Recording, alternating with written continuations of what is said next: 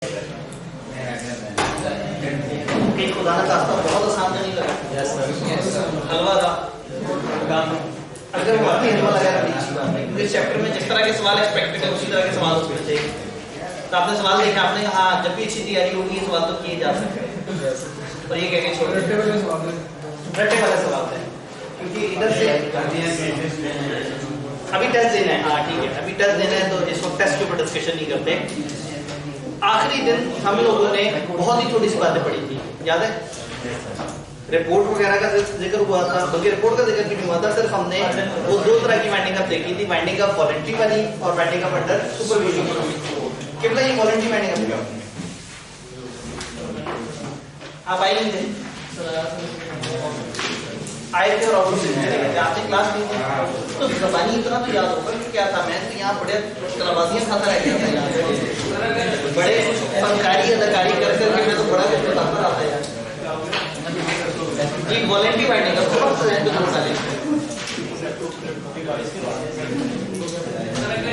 Voluntary winding up. इससे पहले कि आपका सवाल आए, मेरा सवाल तो आप लोग बाद में पूछते हैं, अभी तो हम रिकैप कर रहे हैं ना। ठीक है, आप यही बताना चाह रहे हैं। वॉलंटरी वाइंडिंग का अगर पार्ट है तो वो जनरल मीटिंग के अंदर रेजोल्यूशन पास करें ऑर्डिनरी। ठीक है, और जो उनके आर्टिकल में लिखा हुआ है, कोई भी इवेंट स्पेसिफाइड हो या फिर कोई भी टाइम स्पेसिफाइड किया है, वॉलंटरी वाइंडिंग का कॉपी हो जाएगी। अगर वो किसी भी वक्त करना चाहे तो जनरल मीटिंग में स्पेशल रेजोल्यूशन पास करें। या तो आर्टिकल्स में टाइम या पर्पस दिया हुआ होगा, वो टाइम या पर्पस पूरा होने पे एक दफा इकट्ठे हों और एक सादा सी रेजोल्यूशन पास करें, उसको मौका दें। दूसरा तरीका ये है कि कभी भी इकट्ठे हों और एक स्पेशल रेजोल्यूशन पास करें किसी भी टाइम पे, जब दिल करता है कंपनी को वाइंड अप करें। अब वॉलंटरी वाइंडिंग अप और वाइंडिंग अप बाय कोर्ट में फर्क है। वाइंडिंग अप बाय कोर्ट में कुछ परेशान हजरात अदालत की तरफ गए थे और उन्होंने कहा था कुछ सही नहीं हो रहा, आप इसको जबरदस्ती बंद कर दें। वॉलंटरी वाइंडिंग अप, वॉलंटरी अपनी पसंद से, अपनी रजामंदी से। वॉलंटरी वाइंडिंग अप का मतलब है आप अपनी खुशी से कंपनी को बंद करना चाह रहे हैं, कंपनी के मेंबर्स ने ये तय किया कि कंपनी को बंद करो और कंपनी वाले खुद ही उसको बंद करेंगे, बाहर के लोग आके हमें तंग नहीं करेंगे। ये थी वॉलंटरी वाइंडिंग अप। फिर winding up under supervision of court पे किबला रोशनी डालेंगे। जी जी, अंडर सुपरविजन का क्या माहौल है? मैं आ गया हूं। पहला दिन है आज? नहीं सर, पिछला हफ्ता नहीं आया। तो ये तो फिजिकल क्लास है, फिर अब क्या होगा? सर की बाद में रिवीजन रिवीजन के टाइम पे आप रिवाइज करा देंगे, अल्लाह खैर करे। चलें जी भाई, रिवीजन के आस्ते पे इन्होंने ब्रेक लगा दी जी। सर अगर रिजोल्यूशन पास हो जाए, ठीक है, और उसके बाद कुछ जो इंटाइटल्ड पर्सन हैं वो सर उसको बता दे कि कोर्ट को मतलब बता दे कि अब आप अपनी सुपरविजन। ये बड़ा इंपॉर्टेंट बात है। वॉलंटरी वाइंडिंग अप शुरू हो चुकी हो और वो लोग जिनको ये इंडिविजुअली हक था कि वो वाइंडिंग अप बाय कोर्ट की तरफ जाते हैं, उन्हें नजर आ रहा है वाइंडिंग अप चल पड़ी है, वो ये भी नहीं चाह रहे कि इसको रोक दें, लेकिन वो ये भी चाह रहे हैं कि थोड़ा सा ऑफिशियल हो जाए। तो अदालत से जाके कहेंगे देखिए जी वाइंडिंग अप वही रहने दें, आपकी सुपरविजन आ जाए, आप उधर देख लें। तो ऐसे में फिर क्या होगा, वो उस लिक्विडेटर को जरा पावरफुल कर देंगे या अपना लिक्विडेटर भी भेज देंगे उसके साथ या उसकी जगह, और उस वाइंडिंग अप को अपने तरीके से चलाना शुरू कर देंगे। तो कहलाएगी वो वॉलंटरी वाइंडिंग अप, लेकिन हम कहेंगे voluntary winding up under supervision of court. तो अंडर कोर्ट और अंडर सुपरविजन ऑफ कोर्ट में फर्क है। बाय कोर्ट का मतलब है अदालत ही आ रही है, अदालत में केस गया, अदालत ने फैसला किया, अदालत ने शुरू कराई है और अदालत ही सारी कार्रवाई देख रही है। वॉलंटरी वाइंडिंग अप का मतलब है कंपनी ने फैसला किया, कंपनी ने ही सोचा और कंपनी ही कार्रवाई कर रही है। वाइंडिंग अप अंडर सुपरविजन का मतलब है कंपनी ने फैसला किया और अदालत कार्रवाई कर रही है। कंपनी ने फैसला किया, कंपनी चल रही है, अदालत ने बीच में इंटरवीन किया और जहां जहां जरूरत पड़ेगी अदालत बीच में आएगी और हम लोगों के राइट्स वगैरह सीधे करने की कोशिश करेंगे। डन? Yes sir. फिर ऐसे में मेंबर्स अदालत के पास जाएं तो अदालत ये सोचेगी कि हम वाइंडिंग अप बाय कोर्ट की तरफ जाएं या वाइंडिंग अप अंडर सुपरविजन। तो हालात वाकयात को देखेंगे, अगर उन्हें गड़बड़ ज्यादा लग रही होगी वो कहेंगे नहीं यार वॉलंटरी वाइंडिंग अप को बिल्कुल हटा देते हैं, हम pure winding up by court कर देते हैं। एक सेक्शन है जो हमारे सिलेबस में नहीं है, वो कहते हैं court shall have regard to the wishes of members and creditors. Creditors और मेंबर्स की ख्वाहिशात का एहतराम करेगा कोर्ट इस डिसीजन में कि क्या उसे कोर्ट की तरफ जाना चाहिए या सुपरविजन की तरफ जाना चाहिए। तो ऐसे में दोनों तरह की ऑप्शन मौजूद होती हैं। आप लोग पढ़ के आए, मुझे बताइए किस जगह पे क्या कंफ्यूजन है। हमने लास्ट डे सब ये दो मोड्स पढ़े थे। सुपरविजन में 12 मंथ की रेस्ट्रिक्शन होगी। जी सुपरविजन में क्या 12 मंथ्स की रिस्ट्रिक्शन होगी? जब कोर्ट का बंदा आएगा तो वो डिफाइन करेगा कि क्या रूल्स हैं। जब कोर्ट की पावर आ जाएगी तो फिर 12 मंथ्स का रूल अप्लाई होगा, लेकिन टाइम थोड़ा सा बढ़ जाएगा क्योंकि वाइंडिंग अप पहले से शुरू हुई है, ये नुमाइंदा बाद में। जी वो टाइमिंग तो शुरू होगा जी वॉलेंट्री वाइंडिंग अप तो उसी दिन शुरू हो जाती है जिस दिन रेजोल्यूशन पास होती है। फिर अगर कोर्ट का नुमाइंदा आ गया और वो अंडर सुपरविजन हो गई तो उनको थोड़ी सी एक्सटेंशन मिल जाएगी। एक रूल होता है 1-1 महीना करके 6 महीने तक की एक्सटेंशन मिल सकती है, तो फिर वो उस रूल को अवेल करेंगे। अगेन पॉइंट ये कि हमारे सिलेबस में ना बीच में से सेक्शन है, ना पूरा प्रोसेस है ना कुछ और। वाइंडिंग अप बाय कोर्ट का जरा ज्यादा बताया है, बाकियों का सिर्फ हल्का सा आइडिया दिया है कि वो होते क्या हैं, उनकी डिटेल्स हमें नहीं बताई बहुत ज्यादा। जी सुपरविजन अंडर कोर्ट है, उसमें जो रिस्ट्रिक्शन है कोर्ट के उसके लिहाज से जी तो सर उसकी जो रिस्ट्रिक्शन जो प्रोसीडिंग्स की जो रिस्ट्रिक्शन है वो कहाँ तक कोर्ट के पास होगी? जी प्रोसीडिंग कहां तक कोर्ट के पास होगी? देखिए लिक्विडेटर का जो नॉर्मल मामला चल रहा होगा वो उसी तरह से चलता रहेगा। पैसों के मामलात में वो कोर्ट को रिपोर्ट किया करेगा, जितने भी पैसों के लेन देन वगैरह है। एक लिक्विडेटर अकाउंट मेंटेन करेगा, उसको ऑडिट करवाएगा, ऑडिटर भी कोर्ट को रिपोर्ट करेगा। सारे काम वॉलंटरी वाइंडिंग अप की तरह से होंगे, लेकिन वो स्टेटमेंट्स और इस तरह की सारी चीजें साथ साथ कोर्ट को दिखा रहा होगा, कोर्ट से एडवाइसेस ले रहा होगा। जिस लीगल केस में उसे लग रहा होगा वो कोर्ट को रेफर करेगा, कोर्ट बीच में इन्वॉल्व होगा और उस लीगल केस में उस लिक्विडेटर की मदद करेगा। तो ऐसे में कोर्ट थोड़ा सा पैसिव वे में साथ साथ होता है, हर वक्त नहीं होता, साथ साथ होता है और बीच में इन्वॉल्व होता है। हाँ एक तरीका होता है कि अगर कोर्ट को लगे कि इनका लिक्विडेटर मजे का नहीं है तो वो लिक्विडेटर भी अपना ले आते हैं। तो इसमें कोर्ट काफी हद तक इन्वॉल्व होती है, लेकिन हम ये नहीं कह सकते कि 100% कोर्ट ही कर रही होती है सारा काम। सर जो फॉर्मेशन के टाइम जो प्रमोटर्स थे जी जी उनकी भी ये सुपरविजन के टाइम उनकी भी हम फाइल करेंगे जो पार्टिकुलर्स है। जी अगेन जब हम बता रहे होते हैं कोर्ट को सारी डिटेल्स तो हम ये जरूर बताते हैं कि कंपनी किन लोगों ने बनाई और किस इरादे से बनाई। और अगर आपको ये लगता है कि बनाने वालों का इरादा गलत था तो खासतौर पे आप उसकी रिपोर्ट देते हैं कि जी जिन्होंने कंपनी बनाई है उन्होंने फ्रॉड की नीयत से बनाई थी, इसी वजह से ये कंपनी हमें बंद करनी पड़ रही है। इसमें सर प्रोमोटर्स वर्ड यूज करना ज्यादा बेस्ट रहेगा? जी प्रोमोटर स्पॉन्सर दोनों वर्ड। असल में स्पॉन्सर थोड़ा सा पैसे वाला प्रोमोटर होता है और प्रोमोटर का मतलब है कोई जिसने भी शुरू वाले पोर्शन में सपोर्ट किया।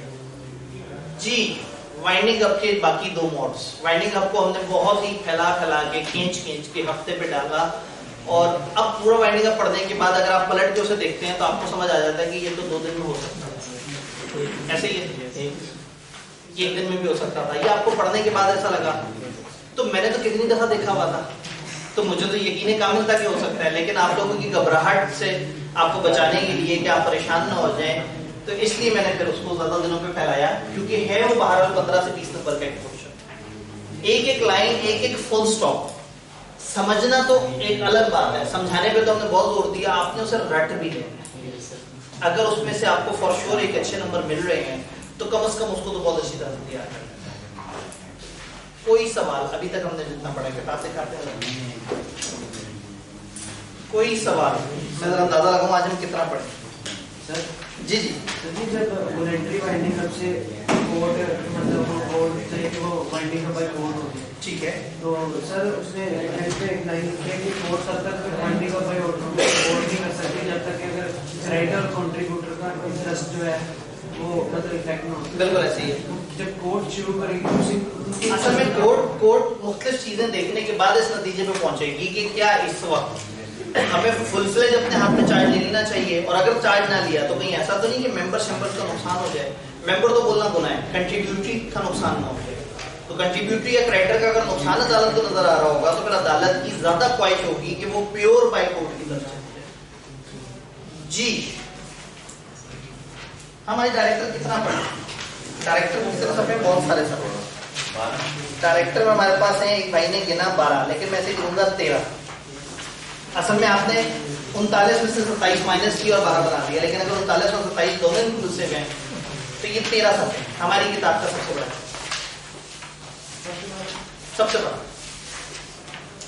और सबसे बड़ा ही 13 सफे बेचारा। सोचिए मतलब सबसे बड़े की डेफिनेशन भी बेचारी कितनी क्यूट सी है। तो 13 सफों को 4 दिनों पे डिवाइड करेंगे। सवा 3 सवा 3 फिर मैं पढ़ाना शुरू करता हूँ, जैसे ही मेरे 3.25 सफे हो जाए आप देखेंगे सर बस बहुत हो गया। चल इसमें हम सहारा एक और चीज का भी लेंगे, पढ़ते हैं। स्माइली कुछ जगह पे जब रट्टा आ जाएगा तो मैं स्माइली बना दूंगा। फर्स्ट करें, एक जगह लेस दीजिए, डायरेक्टर्स की ये सारी पावर दो स्माइली आ जाएगा तो शुगर हो रहा है। समझने वाला कंटेंट भी है और रट्टे वाला कंटेंट भी है। समझने वाले कंटेंट से शुरू करते हैं, तैयार है? अल्लाह हाफिज़। डायरेक्टर कौन होते हैं? 45 मिनट मजा आएगा। डायरेक्टर कौन है, उनकी एलिजिबिलिटी, डायरेक्टर की एक बड़ी खूबसूरत सी डेफिनेशन है। लॉ ने एक बड़ा मजाकिया सी डेफिनेशन दी है, वो कहते हैं director mean any person occupying the position of director by whatever name called. बताया नहीं डायरेक्टर किसे कहते हैं? उन्होंने कहा डायरेक्टर उसे कहते हैं जो जिस मर्जी नाम से डायरेक्टर जैसी हरकतें करता पाया जाए। कोई भी शख्स जो डायरेक्टर की पोजीशन में जिस मर्जी नाम से बैठा हुआ है वो डायरेक्टर। इसका मतलब उन्होंने कहा डायरेक्टर उसे कहेंगे जिसको डायरेक्टर कहेंगे, उसको डायरेक्टर कहेंगे। जैसे सीएफओ था, यानी ऐसे को डायरेक्टर नहीं कहेंगे जिसको हम डायरेक्टर कहते हैं, बल्कि उसको डायरेक्टर कहेंगे जो डायरेक्टर की पोजीशन पे है। सर अगर इसका नेम ये तक एग्जैक्टली होती है। हाँ, अब अगेन अगर एक बंदे का नाम है फर्ज करें शकील डायरेक्टर तो हम उसको डायरेक्टर कहेंगे। लेकिन एक बंदे का नाम है अल्ताफ बाजवा, लेकिन चूंकि कंपनी में वो डायरेक्टर की सीट पे बैठा है तो हम उसे कहेंगे डायरेक्टर। फॉर एग्जांपल एक बंदे का नाम हो फाइनेंस मैनेजर, लेकिन उसकी पोजीशन कंपनी में डायरेक्टर वाली हो तो हम कहेंगे वो डायरेक्टर है। और एक बंदे का नाम हो मैनेजिंग डायरेक्टर, लेकिन उसका काम डायरेक्टर वाला नहीं है तो हम कहेंगे वो डायरेक्टर नहीं है। इसका मतलब है हर वो शख्स जो डायरेक्टर की पोजीशन पे वो डायरेक्टर। तो डायरेक्टर की पोजीशन से मुराद है हम देखेंगे कि जिसको बाकायदा डायरेक्टर बनाया गया वो डायरेक्टर है। तो अगर एक शख्स के नाम में डायरेक्टर का वर्ड आए या ना आए, जिस मर्जी नाम से वो बैठा हो वो डायरेक्टर कहलाएगा। एक भाई ने कहा चीफ एग्जीक्यूटिव, अब चीफ एग्जीक्यूटिव भी डीन डायरेक्टर होता है। चीफ एग्जीक्यूटिव को भी हम डायरेक्टर कंसीडर करते हैं, लेकिन थोड़ा आगे जाके उसको बात करेंगे। डायरेक्टर की बात समझ आई? यहाँ तक बात समझ आई? मैंने डिवीजन थोड़ी सी गलत करवा दी आपसे। 3 दिन में हमें डिवाइड करना चाहिए था, चौथा दिन हम उसके लिए तो रखना अदर ऑफिसर्स के लिए, ताकि आप मतलब मिड टर्म दें फ्री वाले बच्चे तो पूरी किताब का तो हो।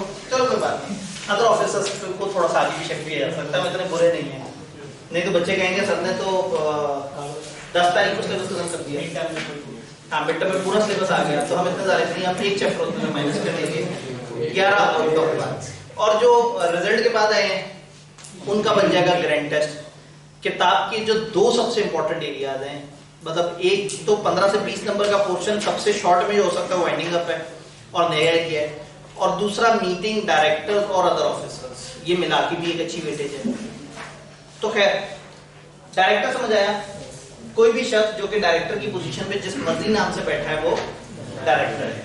डायरेक्टर के बारे में कुछ मजेदार facts. Number 1, director natural person ही हो सकता है, सिर्फ एक कुदरती इंसान होना चाहिए, 2 आंखें, 1 नाक, 2 कान, एक नॉर्मल इंसान जिसको हम इंसान कहते हैं वो डायरेक्टर होना चाहिए। असल में इनको डर ये लगा क्योंकि कंपनी भी पर्सन कहलाती है कानून की ज़बान में, तो इन्होंने कहा पर्सन नहीं नेचुरल पर्सन डायरेक्टर होगा। शायद कुछ लोगों को याद हो कि अगर एक कंपनी दूसरी कंपनी पे अपना नुमाइंदा बिठाना चाहे तो वो एक डायरेक्टर नॉमिनेट कर सकती है।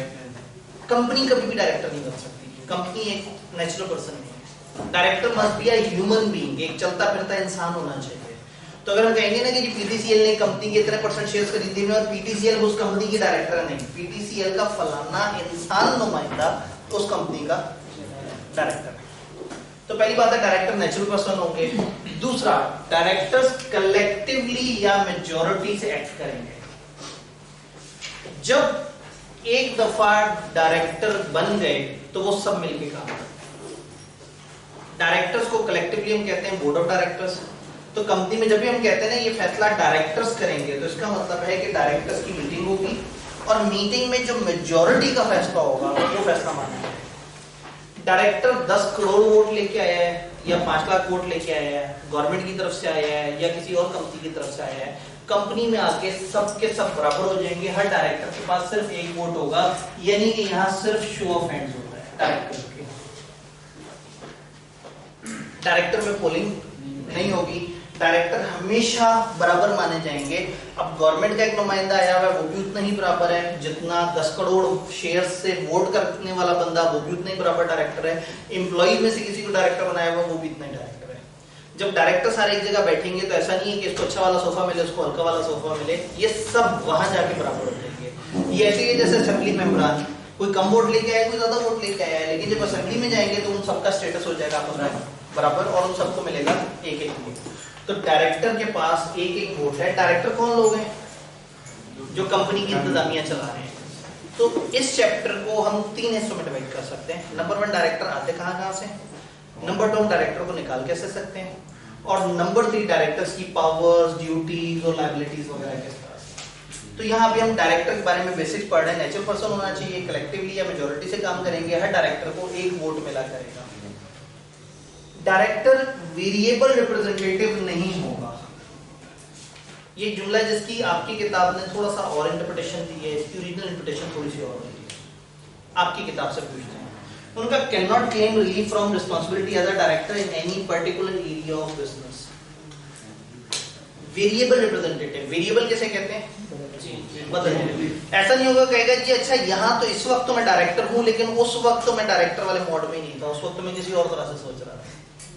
अगर एक शख्स डायरेक्टर है तो वो डायरेक्टर है, वो ये नहीं कहेगा कि ये चीज मेरी डायरेक्टरशिप में आती है, ये नहीं आती। Once a person is director तो वो हर उस चीज की जिम्मेदारी लेगा जिस चीज की जिम्मेदारी बहैसियत डायरेक्टर सबके सब लेते होते हैं। ये इसका किताब का तर्जुमा है, हमारी किताब का। इसका असल मतलब ये है कि डायरेक्टर वेरिएबल रिप्रेजेंटेटिव नहीं होगा। एक ऑर्गेनाइजेशन है एक्स, उसने वाई ऑर्गेनाइजेशन पे अपना एक डायरेक्टर नॉमिनेट करके भेज दिया, ये शख्स स्पेसिफिक होगा, वेरिएबल नहीं होगा। ये वेरिएबल रिप्रेजेंटेटिव नहीं होगा। अब ये असल मतलब है जो हमारी किताब पी गई। कहने का मतलब है कि ऐसा नहीं होगा कि वाई वाले अपनी मीटिंग में बैठे हुए और सोच रहे हैं कि यार इस दफा पता नहीं एक्स वालों की तरफ से कौन आता। लास्ट टाइम तो गुप्ता साहब आए थे, उसे पिछली दफा शुक्ला साहब आए थे, उसे लास्ट टाइम मुखर्जी साहब आ गए थे, इस दफा पता नहीं फ्रैंकफुर्ट आता है या कौन आता है। ऐसा नहीं होगा। द पर्सन मस्ट बी ये शख्स जो इनका रिप्रेजेंटेटिव है ये वेरिएबल रिप्रेजेंटेटिव नहीं होना चाहिए। ऐसा ना हो कि ये बंदा बार बार बदल रहा हो। ये एक डेफिनेट बंदा होना चाहिए कि हाँ भाई ये वाला बंदा है जो उसने स्पेसिफाई किया है। जब भी इस कंपनी की डायरेक्टर मीटिंग होगी तो कंपनी एक्स का हमेशा वही नुमाइंदा आएगा जो कंपनी एक्स ने नामजद किया है। वो ऐसा नहीं कह सकते कि हमारा अकाउंट्स का मैनेजर आपका डायरेक्टर होगा, क्योंकि अकाउंट्स का मैनेजर इंसान नहीं है, पोजीशन है। ऐसी पोजीशन है जिसमें वेरिएबल रिप्रेजेंटेशन होती है। अकाउंट्स मैनेजर आज कोई और है, कल कोई और होगा। तो असल तर्जुमा ये है, लेकिन अगेन आपकी किताब ने उस तरफ नहीं बात की। उन्होंने वेरिएबल रिप्रेजेंटेटिव को ऐसे समझाया कि ऐसा नहीं है कि डायरेक्टर का कुछ जगह मेरी जिम्मेदारी है, कुछ जगह मेरी जिम्मेदारी नहीं है। आप दोनों पॉइंट ध्यान में रखें। जो दूसरी कंपनी का नुमाइंदा है वो एक डेफिनेट इंसान होना चाहिए जिसको नामजद किया है। ऐसा ना हो कि हर दफा उस कंपनी वालों की मर्जी हो जिस मर्जी को भेज दो। और दूसरी बात जो इन्होंने बताई है वो भी आप ध्यान में रखें कि डायरेक्टर जो है वो ऐसा नहीं होगा कि कुछ चीजों की जिम्मेदारी ले और कुछ चीजों की जिम्मेदारी ना ले। सर इधर वो 3 इयर्स वाला रूल नहीं होगा जो डायरेक्टर्स 3 साल। हाँ, तो अभी हम आगे जाके देखेंगे ना कि 3 साल के लिए आएगा फिर क्या होगा। तो 3 साल के अंदर तो वो उस 3 साल के लिए भी जब उधर से बंदा आ रहा है। अब होता ये है कि जब दूसरी कंपनी से नुमाइंदा आता है तो किस वजह से आता है, अभी इसको भी देखना है। डायरेक्टर के हम लोग अपने सिलेबस में पढ़ेंगे तकरीबन 8-9 तरह के डायरेक्टर्स। फिर हम देखेंगे कौन सा डायरेक्टर कैसे आता है। सारे इलेक्शन से नहीं आते, कोई नॉमिनेशन से आ जाता है, कोई एम्प्लॉय होने की वजह से बन जाता है, कोई डायरेक्टर भेज देते हैं, कोई गवर्नमेंट भेज देती है। तो हम इस वक्त देख रहे होंगे डायरेक्टर कहाँ से आते हैं। जो पहला पोर्शन है ना चैप्टर का वो सबसे बड़ा है, वो है कि डिफरेंट डायरेक्टर्स कहाँ से आते हैं। यहाँ तक बात समझ आएगी? भाई का सवाल डायरेक्टर के लिए भी बनवाना एक अहम सवाल है, थोड़ी देर तक इसका जवाब मिल जाएगा। एक भाई ने पूछा डायरेक्टर के लिए मेंबर होना शर्त है या नहीं है। ज्यादातर शर्त है लेकिन कुछ एक्सेप्शन है। थोड़ी देर तक इंशाल्लाह उसका जवाब आपके सामने आ जाएगा। यहाँ तक बात समझ आएगी? Director in fiduciary relationship. Fiduciary ये क्या वर्ड होता है? भरोसा, ट्रस्ट। डायरेक्टर्स पे कंपनी वाले ट्रस्ट करते हैं, भरोसा करते हैं। डायरेक्टर एजेंट्स हैं, they are supposed to make decision in best interest of company, they must be vigilant and should not be negligent in their duties. General सी बात है, मेरा नहीं ख्याल कि आप इसको रट्टा मारने बैठ जाएं। डायरेक्टर कंपनी के एजेंट है, कंपनी के लिए भरोसे वाले हैं।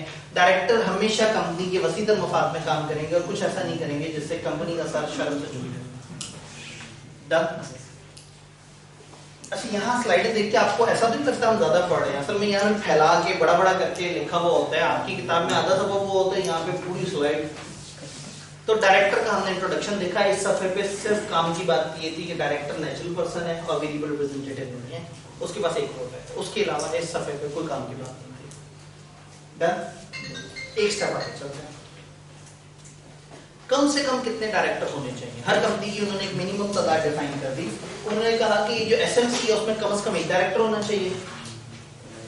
है ही एक मेंबर वाली कंपनी, तो उन्होंने कहा बस वो एक डायरेक्टर होना चाहिए कम से कम। लाजत है कि अपने एम्प्लॉइज रख ले अगर कोई डायरेक्टर। अदर प्राइवेट में कम से कम 2, पब्लिक अनलिस्टेड में 3 और पब्लिक लिस्टेड में 7। यहाँ तक बात समझ आएगी? उसके नीचे एक ऐसा जुमला है जो नहीं बताना चाहिए था, बट बता दिया। ये जुमला पढ़ के कभी कुछ समझ नहीं आ सकता। No person shall be a director including alternate director at same time in more than such number of companies as may be specified। एक बंदा एक वक्त में उतने से ज्यादा कंपनियों का डायरेक्टर नहीं हो सकता जितनी बता दी जाए। क्या बताया उन्होंने? हमारे सिलेबस में कुछ नहीं बताया। गवर्नमेंट सेक्टर के अंदर 5, लिस्टेड कंपनियों में 7। जस्ट फॉर इंफॉर्मेशन बता रहा हूँ, यानी कि एक शख्स एक वक्त में कितनी से ज्यादा कंपनियों का डायरेक्टर नहीं हो सकता, वो लॉ बताएगा। और जब लॉ बताएगा तो फिर उस लॉ को फॉलो किया जाएगा। तो ये जुमला बताने की जरूरत नहीं है। ये आर्टिकल में नहीं जी नहीं, एज मे बी स्पेसिफाइड, ये एसईसी भी स्पेसिफाई करेगा कि कितना। सिर्फ इतना ही नहीं, उन्होंने कहा this limit shall not include the directorships in a listed subsidiary. अजीब सी बात कर रहे हैं। अब हमें पूरा केस बनाना पड़ेगा। एक ऐसी बात जिसमें उन्होंने कुछ नहीं बताया और टीचर के ऊपर छोड़ दिया कि भाईजान आप ही बताओ। हमने कहा एक शख्स मिस्टर ए कंपनी एक्स में भी डायरेक्टर है, कंपनी वाई में भी डायरेक्टर है, कंपनी जी में भी डायरेक्टर है, कंपनी के में भी डायरेक्टर है। इन चारों में डायरेक्टर है। फर्ज करें कानून कहता है कि 5 से ज्यादा कंपनियों के आप डायरेक्टर नहीं बन सकते। ये जो कर रहा है वो सही है? सही। कंपनी वाई की एक सब्सिडरी है, लिस्टेड सब्सिडरी, और कंपनी के की एक सब्सिडरी है। कंपनी की और वाई ने कहा मिस्टर ए तुम बड़े कमाल आदमी, काम करो हमारी तरफ से इन कंपनियों में भी डायरेक्टर बन के बैठो। मिस्टर ए कितनी कंपनियों में डायरेक्टर है? 4 में अपनी वजह से डायरेक्टर है और 2 में सब्सिडरी में बिठाने की वजह से। गिनती वाले रूल में जब आप ही की कंपनी ने अपनी ही लिस्टेड सब्सिडरी पे आपको एडिशनल डायरेक्टर बना के भेजा, वो गिनती काउंट नहीं होगी, वो आपका कसूर नहीं है। आप अपने तौर पे अपने शौक से जिन कंपनियों के डायरेक्टर बन सकते हैं वो ज्यादा से ज्यादा उतनी हैं जो लॉ बता देगा। लॉ खामोश है यहाँ पे। जस्ट फॉर इन्फॉर्मेशन मैंने आपको बताया कि पब्लिक सेक्टर में 5 होता है, तो 5 से ज्यादा कंपनियों के आप डायरेक्टर नहीं हो सकते। लेकिन अगर अपनी ही कंपनी जिसमें आप डायरेक्टर है उसकी किसी लिस्टेड सब्सिडरी में भी आप डायरेक्टर बने हुए हैं, तो ये वाली लिमिट जो ऊपर की है वो काउंट नहीं होगी। सब्सिडी में डायरेक्टर 5 रहेगा जी। सब्सिडरी में इस कंपनी ने अपनी सब्सिडरी कंपनी में, इस वाली कंपनी ने अपने मिस्टर ए को जो कि उनका डायरेक्टर था उठा के कह दिया तुम हमारे रिप्रेजेंटेटिव डायरेक्टर बन जाओ। मिस्टर ए खुद वोटों की वजह से नहीं बना, खुद जाग के नहीं, इन्होंने उसको वहां पे नामजद किया। तो ऐसी जगह जहां वो नामजद हुआ है वो काउंट नहीं होगा। नंबर में काउंट नहीं होगी। वो वाला नंबर जो कि हमें नहीं पता कितना है। अब असूलन इस पे सिनेरियो नहीं बनता क्योंकि वो नंबर भी नहीं पता। तो ये इन्हें ये वाली बात हमारे सिलेबस में नहीं करनी चाहिए जब कुछ भी नहीं बता रहे। ये तो मैंने आपको बता दिया कि 5 बता है, हमारे किताब में नहीं लिखी।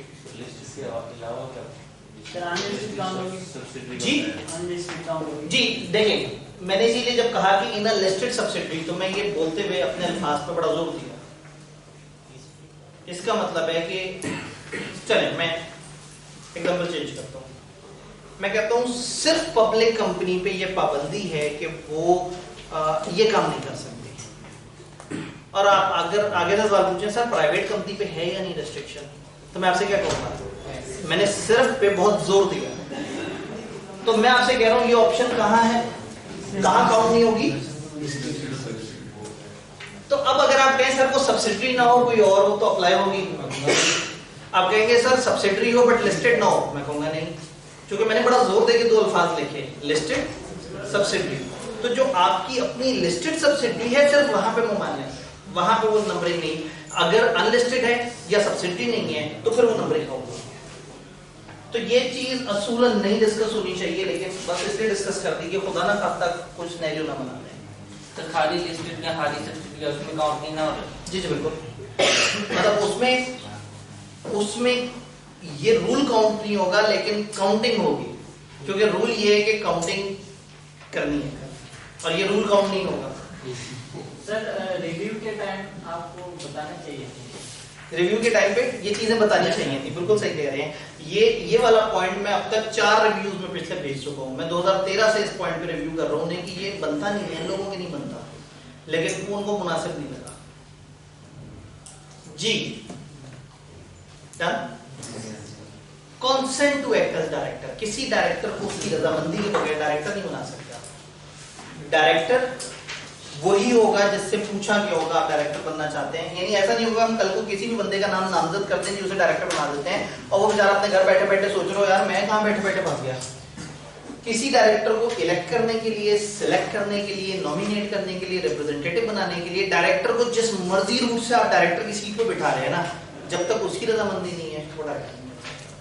और ना सिर्फ रजामंदी चाहिए बल्कि वो रजामंदी हम लोगों ने रजिस्ट्रार को भी भेजनी है उसकी अपॉइंटमेंट वगैरह के बाद कि हाँ भाई ये बंदा हमारे पास आया और ये इसकी रजामंदी है, इसने एग्री की है कि ये हमारी कंपनी का डायरेक्टर बनना चाहता है।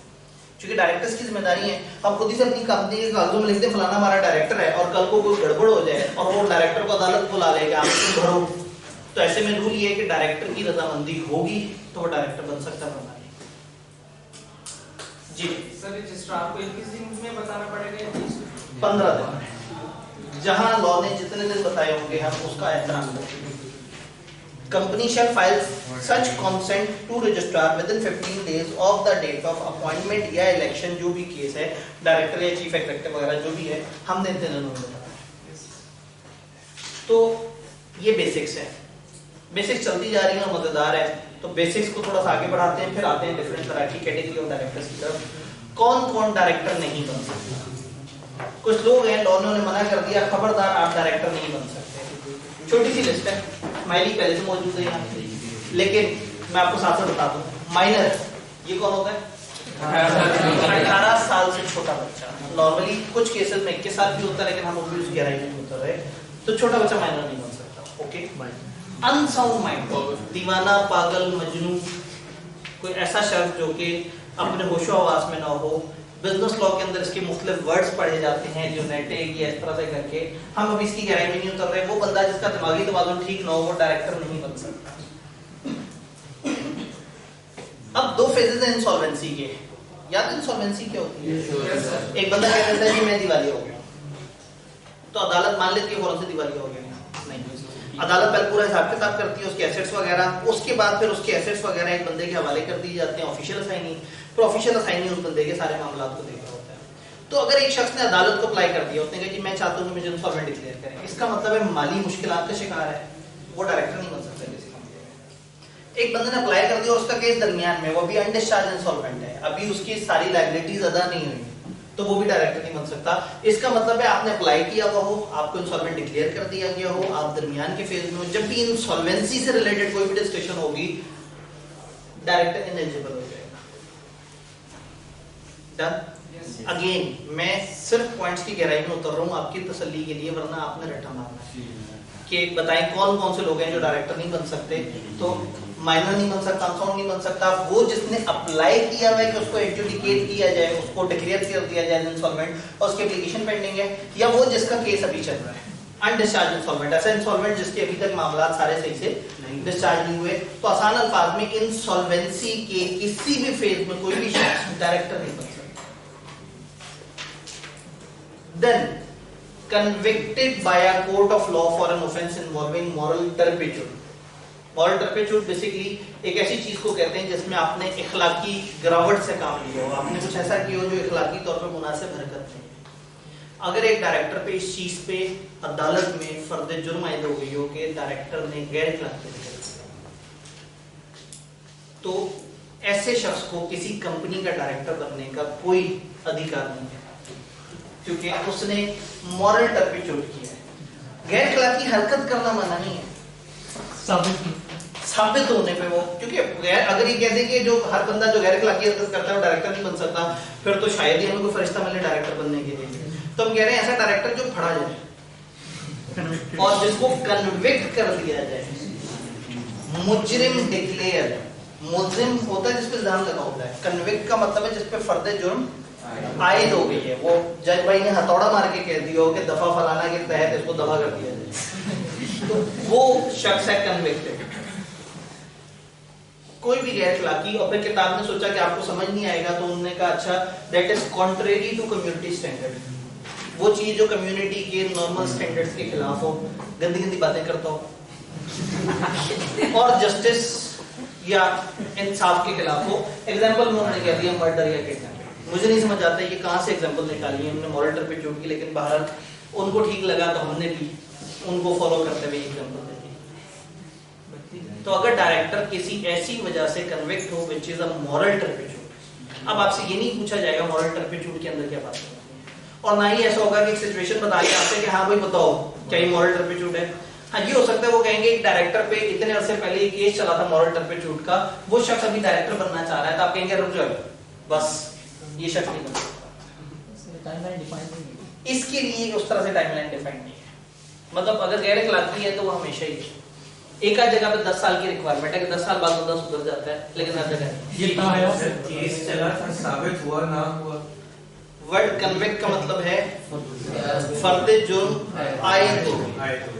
अब मुल्जिम और मुजरिम में फर्क है। आई एम टॉकिंग अबाउट मुजरिम, वरना तो किसी को डायरेक्टर नहीं बनाना चाहते आप कह रहे हैं कि बंदा डायरेक्टर ना बने, आप अदालत में केस कर दें उस पर, तो केस हो जाना नहीं, केस में वो हार गया हो, साबित हो गया हो, एक कॉम्पिटेंट कोर्ट के कॉम्पिटेंट तरीन जज ने कॉम्पिटेंट से एक फैसला सुना के कह दिया हो कि वो ताहयात ना है, वो ना है, ताहयात ना है, ताहयात उसको। फिर एक बड़ी खूबसूरत बात, he has been debarred from holding such office under any provision of this act। उन्होंने कहा मैं भूल ना जाऊं, उन्होंने कहा अगर इस कंपनी एक्ट में कहीं पे भी किसी जगह लिखा है कि ये शख्स डायरेक्टर नहीं बन सकता तो वो भी फाइन। आप में से किसी को प्री रिजल्ट के बच्चों को किसी को याद है कि किसी जगह आपने कहा ये बंदा डायरेक्टर नहीं बन सकता?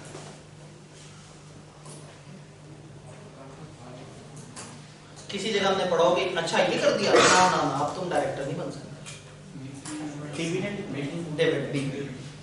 डिविडेंड टाइम पे ना पहुंचाने पे हम क्या कहते थे 5 साल तक ये शख्स डायरेक्टर नहीं बन सकता, इम्पीचमेंट हो। तो इसलिए उन्होंने कहा कि कंपनी एक्ट के किसी और सेक्शन ने भी अगर मना कर दिया तो बस फिर सेक्शन 42 में भी है जी, सेक्शन 42 में कई जगह पे मैंने सिर्फ एक एग्जांपल मान लिया, वो एग्जांपल उन्होंने डिविडेंड की दी है, वरना अक्सर जगह लिखा हुआ है कि ये शख्स अब ये डायरेक्टर नहीं बन सकता, ये शख्स किसी कंपनी में डायरेक्टर नहीं बन सकता, ये शख्स इसी कंपनी में, तो अलग अलग तरह के रूल्स है। तो हमने वो नहीं देखने रूल्स क्या हैं, बस हमें ये पता हो कि उन्होंने कहा कि अगर इस एक्ट ने कहीं और मना कर दिया तो वो फारिग है। अगर एक डायरेक्टर ने फिड्यूशरी बिहेवियर की खिलाफवर्जी की, वो जो उस पर भरोसा था अगर वो भरोसा तोड़ डाला, ये बात भी प्री वाले बच्चों को पता है। डिस्क्लोजर ऑफ इंटरेस्ट, अगर एक डायरेक्टर का इंटरेस्ट हो और वो डिस्क्लोज ना करे या वो वोट कर बैठे तो वो फिड्यूशरी बिहेवियर की खिलाफवर्जी कर रहा है।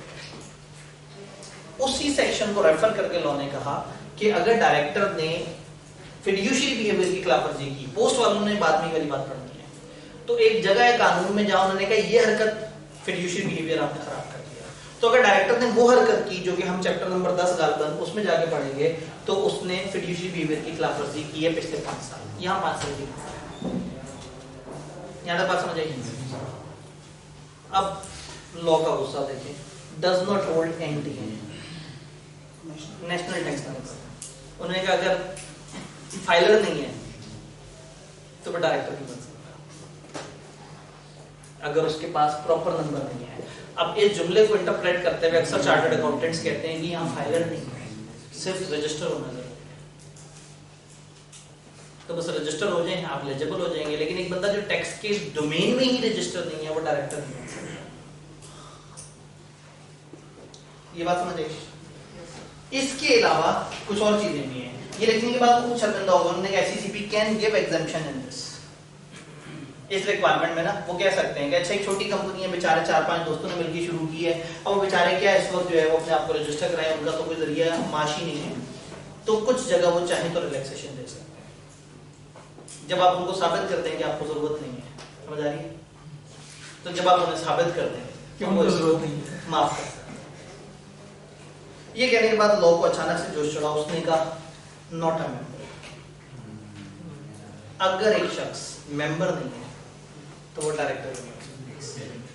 ये कहते ही एकदम से परेशान हो गए, खुद को याद आ गया कि डायरेक्टर तो कहते थे हर तरह के डायरेक्टर को, तो सारे तो नहीं मेंबर होते, तो उन्होंने कहा एक मिनट रुक जाए, 4 को छोड़ के बाकी हर शख्स मेंबर होना चाहिए। Director must be a member, अगर मेंबर नहीं है तो इनएलिजिबल है, लेकिन 4 एक्सेप्शंस हैं जहां अदर देन मेंबर डायरेक्टर बन सकता है। कौन से? नीचे से शुरू करते हैं। पर्सन रिप्रेजेंटिंग अ क्रेडिटर और other special interest through contractual arrangement. किसी क्रेडिटर, किसी इस तरह के बंदे का नुमाइंदा, अगर किसी क्रेडिटर ने अपना कोई नुमाइंदा कंपनी के बोर्ड पे डायरेक्टर के तौर पे भेज दिया है, तो ऐसा शख्स क्रेडिटर का नुमाइंदा, उसके लिए मेंबर होना शर्त नहीं है। चीफ एग्जीक्यूटिव डायरेक्टर भी नॉन होता है, लेकिन अगर चीफ एग्जीक्यूटिव मेंबर नहीं भी है तो उसको छूट है।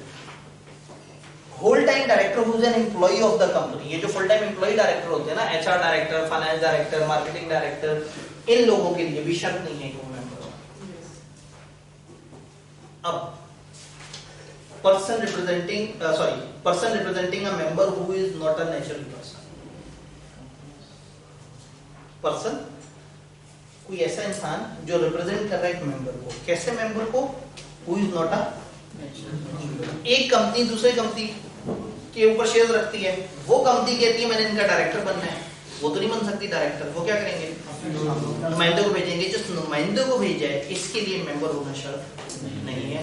अगर उस कंपनी ने, जिस कंपनी के बोर्ड पे भेज रहे हैं, अगर उसने अपने आर्टिकल्स में लिखा है तो फिर शर्त है, अगर आर्टिकल्स में कुछ नहीं लिखा तो कोई शर्त नहीं। जी सर, ये जो चारों डायरेक्टर हैं, it is the pleasure of nominating body के तहत।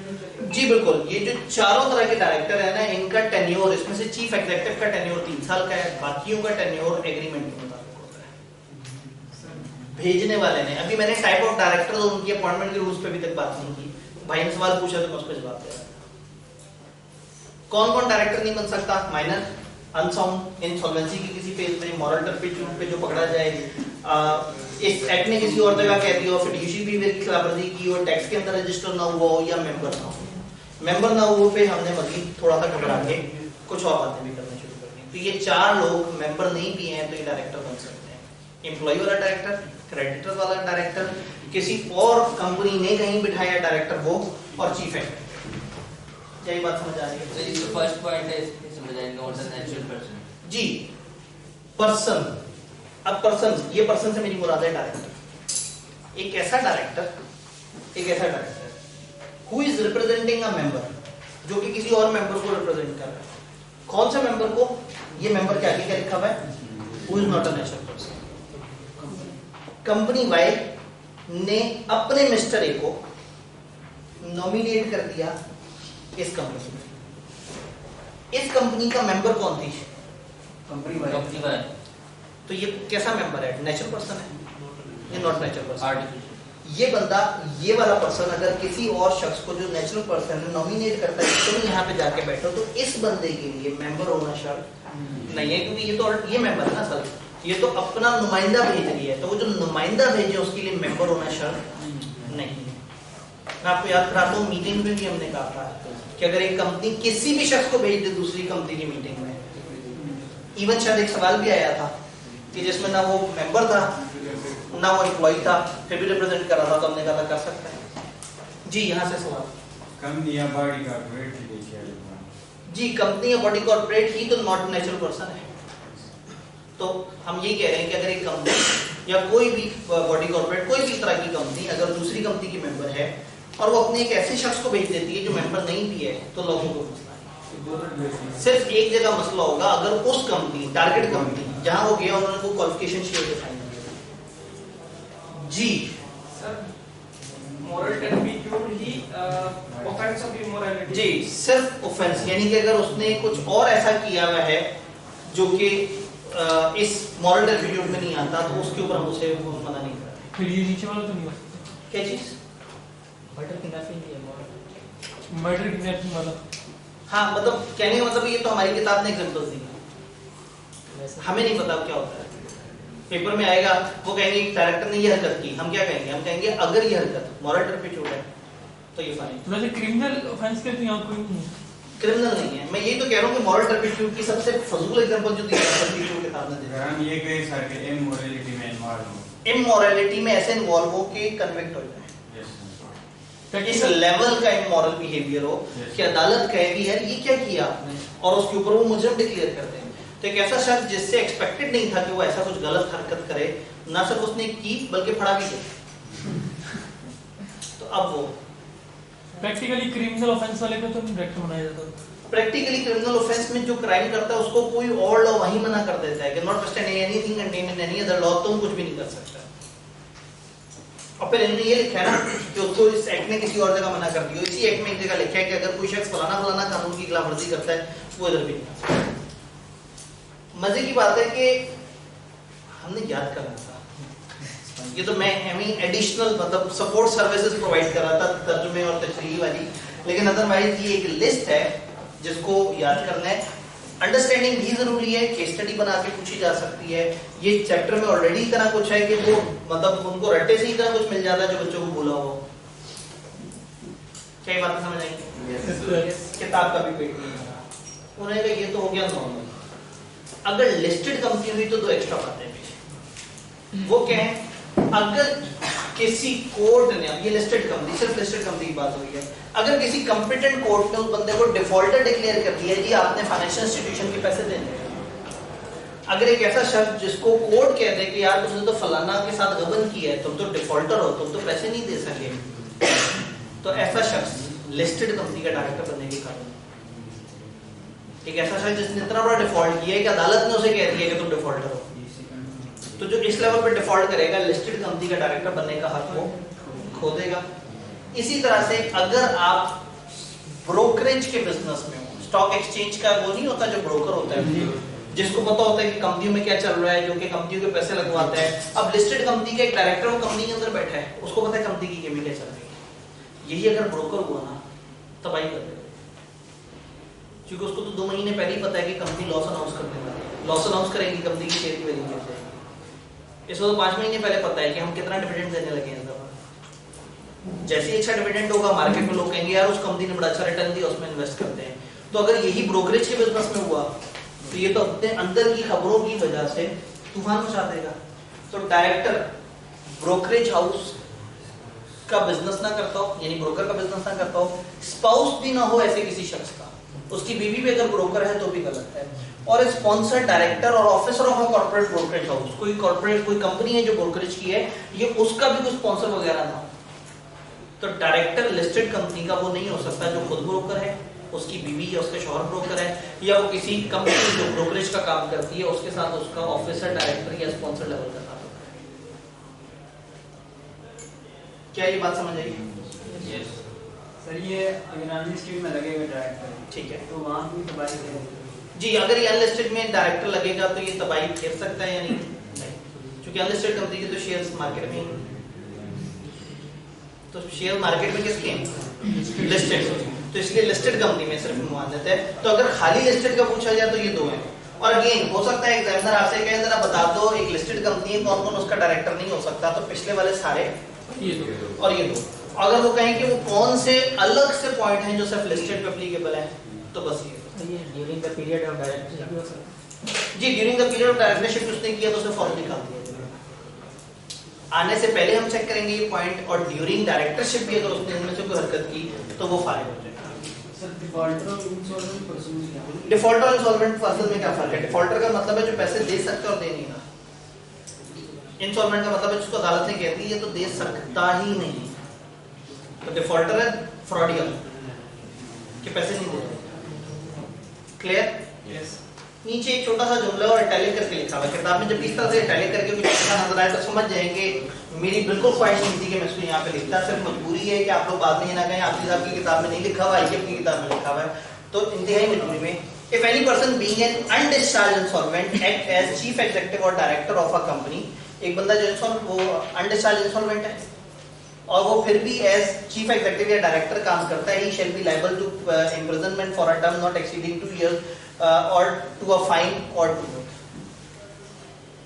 बैठे बैठे एकदम से ख्याल आया उन्हें, भाई इतनी सारी बातें बताई हैं, बस इनमें से एक बात पकड़ी उन्होंने कहा अगर एक बंदा अनडिस्चार्ज इंसॉल्वेंट है, याद है वो जिसका भी केस फाइनल नहीं हुआ सारा, यानी कि वो अभी उसकी पेमेंट्स वगैरह नहीं हुई, ऐसा कोई शख्स अगर कंपनी के किसी मामला में आता है तो उसको 2 साल तक की कैद और कुछ जुर्माना या दोनों का कॉम्बिनेशन हो सकता है। कंपनी का जी इनएलिजिबिलिटी में लिखा है कि वो डायरेक्टर नहीं बन सकता। कहाँ पे?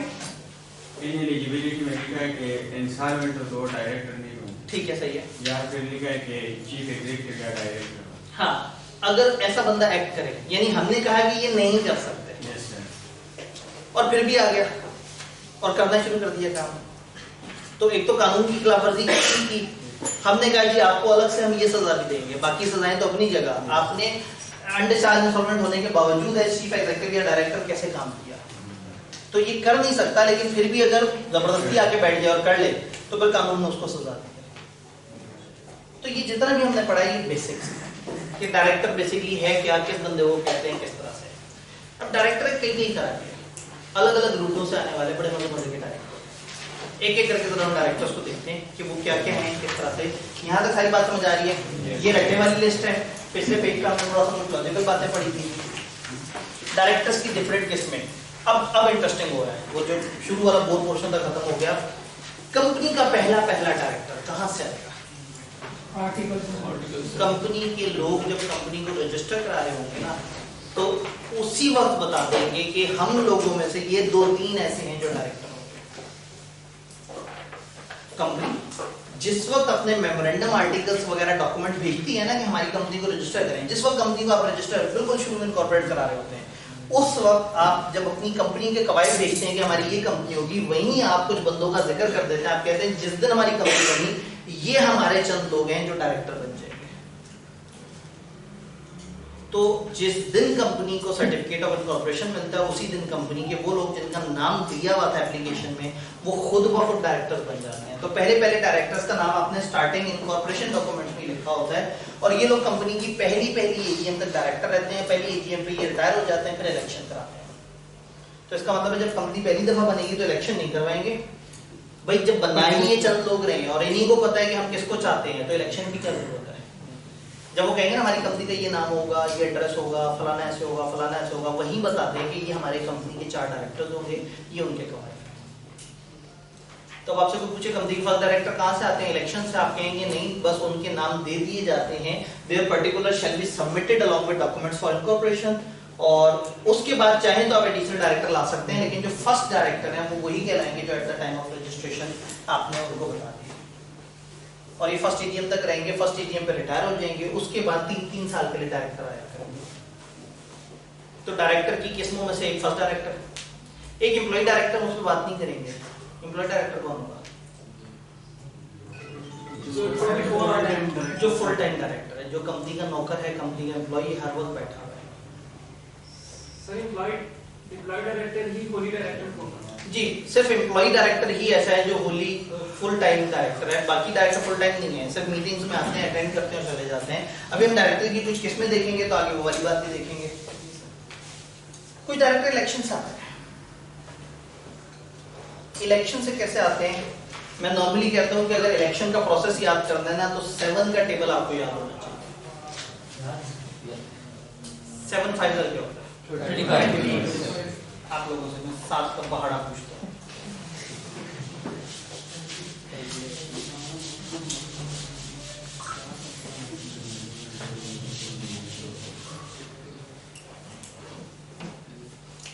Seven 5 35, 7 3 7 2 7 1 7 0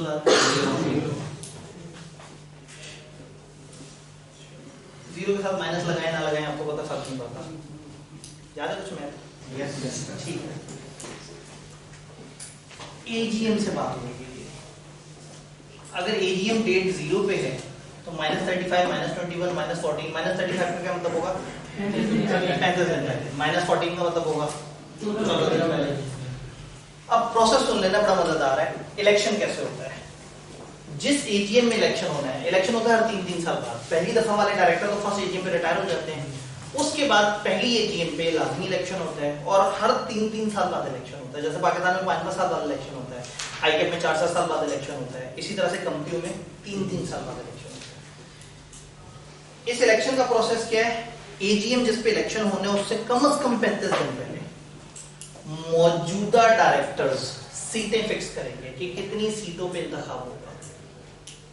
आप इतनी खबरों में कीजिए, इस दफा नेशनल असेंबली इतनी निशस्तों पे इंतखाब होगा, तो मीटिंग से कम 35 दिन पहले एग्जिस्टिंग डायरेक्टर्स जो इस वक्त डायरेक्टर्स हैं वो नंबर फाइनल करेंगे। नंबर हो सकता है ये 7 थे और इन्हें लगता था कि 7 बड़े कम है, 10 बंदे होते तो कंपनी अच्छी चलती है। हो सकता है ये 10 थे और इन्हें लगा 10 बहुत ज्यादा होता है, 8 बंदे भी काफी होते हैं। मौजूदा डायरेक्टर मीटिंग से कम 35 दिन पहले ये डिसाइड करेंगे कि इस दफा आने वाले इलेक्शन में कितनी सीटों पे इलेक्शन होना चाहिए। अगर इन्होंने ये सीटें फिक्स कर दी और 35 दिन से कम टाइम बन गया तो अब पता नहीं आप लोग फिल्में कितनी देखते हैं, ये वांटेड के सलमान खान बन गए, पता नहीं अच्छे बच्चे फिल्में नहीं देखते। ये भाई क्या नहीं देखते जी, उसका कोई मशहूर डायलॉग वांटेड में सलमान खान का, एक बार जो मैंने कमिटमेंट कर ली तो फिर मैं खुद की भी नहीं सुनता। तो उन्होंने कहा कि मैं अगर एक दफा कमिटमेंट कर लेता हूँ तो बाद में मैं अपनी भी नहीं सुनता। तो डायरेक्टर ऐसे ही कहेंगे 35 दिन, जब 35 दिन से कम टाइम रह जाएगा ना तो कहेंगे अब जो हमने कमिटमेंट कर ली अब हम खुद की भी नहीं सुन सकते। कहने का मतलब है इन 35 दिनों में अब डायरेक्टर भी नंबरिंग रिवाइज नहीं कर सकते जो जज्बाती होकर उन्होंने तय कर दिया। बट मेंबर्स अगर ये नंबरिंग रिवाइज करना चाहें पहले भी या इवन मीटिंग वाले दिन भी वो कर सकते हैं। बात समझ आई? उम्मीद है मैं बहुत मुश्किल बात नहीं कर रहा। मीटिंग से कम 35 दिन पहले क्या होगा? नंबर ऑफ सीट्स फिक्स करते हैं। मीटिंग से किस दिन पहले क्या होता है? सबको नोटिस। तो अब नोटिस में क्या बताना जरूरी है मेंबर्स को? इस दफा इलेक्शन हो रहा है, इतनी सीटों पे हो रहा है, जो जो लड़ना चाहता है आज जी हमें बता दो। ठीक है, अपने अपना प्रपोजल हमें भेज दें जो जो इलेक्शन लड़ना चाहता है। मीटिंग से 14 दिन पहले तक तमाम कॉन्टेस्टेंट्स अपने अपने कागजात नामजदगी कंपनी जमा करा। तो मीटिंग से किस दिन पहले आपने बताया कि ये इस दफा एजीएम इलेक्शन वाली एजीएम है और इसमें इतनी सीटें हैं जिस पे इलेक्शन होगा। फिर मीटिंग से 14 दिन पहले तक तमाम हजरात जो ख्वाहिशमंद इलेक्शन लड़ने के उन्होंने कंपनी को अपने अपने नाम पते और डिटेल भेज देनी है, अपनी कॉन्सेंट भी भेज देनी है, हम तैयार हैं। फिर मीटिंग से 7 दिन पहले तक कंपनी ने तमाम मेंबर्स को बताना है कि ये हजरात हैं जो इलेक्शन लड़ना चाहते हैं, उनके कवायद भेज देंगे और बहुत फॉर्मल इलेक्शन हुआ तो उनका इंतखाबी निशान वगैरह भी होगा कोई। फिर डे 0 ये कौन सा दिन है? जी सर अगर जब वो पार्टिकल भेज देगा, जब वो पर्टिकुलर भेज देगा सर, तो सर वो उससे वो कर सकते हैं, पीछे हट सकते हैं। अगर वो ऐसा करेगा तो उसके ऊपर कुछ पेनल्टीज हैं, लेकिन बहरहाल वो विड्रॉ कर सकता है। एक बंदा अगर कहता है कि मैं डायरेक्टर बनना चाहता हूँ बाद में विड्रॉ करे, तो इसमें कॉन्सेप्ट होता है जो प्रैक्टिकली चलता है जमानत जब्त होने वाला। एक सिक्योरिटी जो उसने दी होती है कि हाँ मैं लाजमी लड़ूंगा इलेक्शन, और अगर वो बीच में भाग जाए या किसी वजह से इनएलिजिबल हो जाए तो वो सिक्योरिटी जब्त हो जाए। ये प्रैक्टिकल रूल है, लेकिन कंपनी लॉ खामोश है, मतलब कंपनी लॉ ने हमारे से कुछ ऐसा कुछ नहीं बताया। जी सर इसमें फॉर्म भेजना था जैसे वो प्रॉक्सी फॉर्म भेजते थे।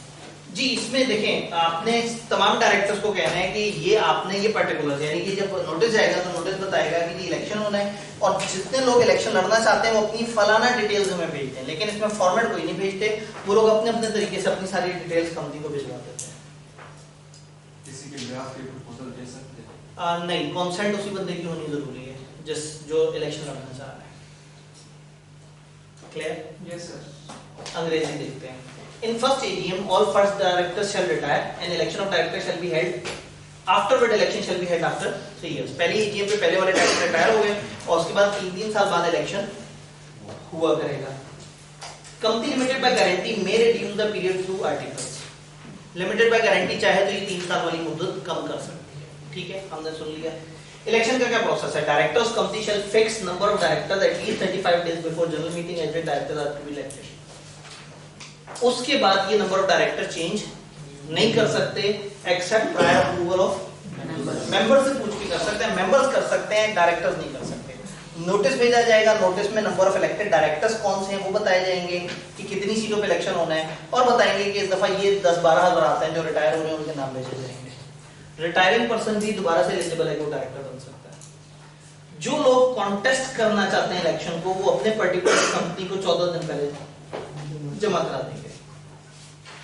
नोटिस में be withdrawn at any time before election से पहले वो अपना वापस करना चाहता है वो वापस कर ले। इसकी सिक्योरिटी जब्त होगी या नहीं होगी, प्रैक्टिकल इशू है। मैंने आपसे कहा ये प्रैक्टिकल है, कंपनी लॉ इस पे साइलेंट है। वो विड्रॉ करके जाना चाहता है, चला जाए। ये तमाम नोटिसेस मेंबर्स को भेजे जाएंगे मीटिंग से कम 7 दिन पहले। मेंबर्स को जब भी नोटिस भेजना है तो एक एक्स्ट्रा पॉइंट हमारी जेब में हमेशा होगा। लिस्टेड कंपनी एक उर्दू और एक इंग्लिश न्यूज़पेपर में भी ये वाला नोटिस भी, ये वाला नोटिस भी। तो कहीं पे भी आप पेपर में जुमला लिख रहे हो ना कि मेंबर्स को नोटिस भेजना है, तो आप बड़े आराम से लिख दिया करें कि अगर ये कंपनी लिस्टेड हुई तो ये। लेकिन सवाल देख लीजिएगा, हो सकता है सवाल में लिखा हो कि ये नॉट लिस्टेड कंपनी, और आप जवाब में अपना वही कर दान कि अगर ये लिस्टेड कंपनी हुई तो ये इस तरह से करते हैं। तो ये बात समझ आई? If number of person offering themselves to be elected as directors not more than number of seats, फिर क्या होगा? ऑटोमेटिक इलेक्ट हो जाएंगे। 10 सीटें 8 बंदे आए, 8 के 8 खुद ही सिलेक्ट हो जाएंगे। 2 का गैप, फिर ये 8 फिल करेंगे। वो कैसे? या मतलब ये इनको जो मुनासिब लगेगा उसे ले आएंगे। मतलब खुद से मेजॉरिटी से। वो 2 का गैप भी कैजुअल वैकेंसी बन जाएगा। कैजुअल वैकेंसी बन जाएगा। वो तो कैजुअल वैकेंसी पे भी हमने बात नहीं की, तो इसलिए लफ्ज़ थोड़ा सा जरा एडवांस है। तो 12 वो 2 का गैप के ही लोग फिल करेंगे। सर ये 3 years वाला लॉ की तरफ से रिस्ट्रिक्शन है जी, हर 3 साल बाद इलेक्शन। तो सर हम गारंटी लिमिटेड को क्यों इसमें इसलिए कि लॉ ने ही कह दिया कि गारंटी लिमिट जा सकती है। तो अगर आप उसको कि लॉ को इतना रिलीजियसली फॉलो कर रहे हैं कि जब लॉ ने 3 साल कह दिया तो ये कैसे हो गया? क्योंकि ये जुमला भी लॉ ने ही कहा है और पूरा वाला जुमला भी लॉ का था। तो लॉ ने सबको 3 साल का कहा और लॉ ने गारंटी लिमिटेड कंपनियों को ये इजाजत दे दी है कि आप कम कर सकते हो। क्योंकि उन्होंने पहले ये भी कहा ना कि आप इनसे ज्यादा कर सकते हो, कम नहीं कर सकते। हाँ बिल्कुल ऐसा ही है। तो इधर लॉ ने ही खुद से ऑप्शन दे दी, तो बस लॉ ने ऑप्शन दे दी तो मामला खत्म हो गया। इलेक्शन कैसे होगा? डे 0 पे क्या होगा? घबराए तो नहीं बैठे? नो सर, वो कंपनी जो नॉट हैविंग शेयर कैपिटल है, वहां इलेक्शन कैसे होगा? जब है ही नहीं शेयर कैपिटल तो वोट कैसे पड़ेंगे? उन्होंने कहा आर्टिकल में जो लिखा होगा वैसे हो जाएगा। हो सकता है वो बिठा के ऐसे कुछ यार तो डोरी खिलवा दे। कुछ भी आर्टिकल में कुछ भी लिख देना। हो सकता है कहते हैं जिन डायरेक्टर्स की पिछली परफॉर्मेंस अच्छी थी उनको दोबारा अपॉइंट करें। तो नॉट हैविंग शेयर कैपिटल का क्या प्रोसेस है? लॉ खामोश है, उसने कहा भाई जो लिखने लिख लो, कोई मसला नहीं। लेकिन हैविंग शेयर कैपिटल में कॉन्टेस्टेंट्स अगर ज्यादा हो तो अब बड़ा मजेदार काम होगा। हर बंदे को ऑप्शन दी जाएगी, तुम्हारे पास जितने शेयर हैं तुम इससे वोट कर सकते हो। हर बंदे के शेयर्स, फॉर एग्जांपल मेरे पास 5000 शेयर है, कंपनी में इस दफा 12 डायरेक्टर्स ने सिलेक्ट होना है, 12 सीटें, तो 5000 मल्टीप्लाई बाय 12, 60000 वोट आ गए मेरे पास। मेरी जेब में 60000 वोट है। मैं किसी एक डायरेक्टर को पूरे 60000 कास्ट कर दूं, या अपने 2 दोस्तों को 30-30 करके डिवाइड कर दूं, या 4 लोगों को मैं 15-15 कर दूं, या एक को 50,000 और एक को 10,000 कर दूं, मेरी मर्जी, मेरा वोट। ये सारे वोट्स जो है वो हमारे हैं। कहने का मतलब है अजीब सा इलेक्शन है। यहाँ वोट काउंट होंगे फार्मूले से। Vote is equal to number of voting shares या सिक्योरिटीज जो भी आपके पास है, multiply by number of directors. और फिर ये वोट आप चाहें तो फैला के देते हैं, चाहें तो किसी एक को देते हैं। फिर क्या होगा? रिजल्ट आएगा, जो हाईएस्ट वोट लेके आएगा वो डायरेक्टर बनेगा। फिर second highest, third highest, fourth highest, चलते चलते चलते जब आपकी वो 12वीं सीट पूरी हो जाएगी, हम कहेंगे लो जी हमारे डायरेक्टर पूरे। डन? Yes sir. एक बात मैं आपको नहीं बताऊंगा, आप बताएंगे। बड़ी रोटी भी तो नहीं मैं आपको सेक्शन नहीं दिखाऊंगा, लेकिन वो सारा सेक्शन आप मुझे पढ़ के बताएंगे। मतलब बगैर पढ़े ज़बानी बताएंगे। अगर इस इलेक्शन को इनवैलिड डिक्लेयर करना हो, इलेक्शन होने के बाद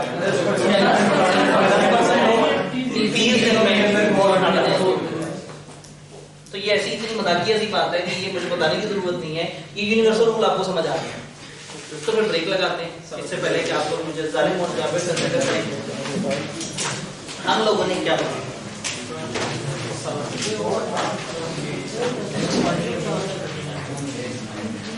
चैप्टर 27 से लेके 29 वो सवा 3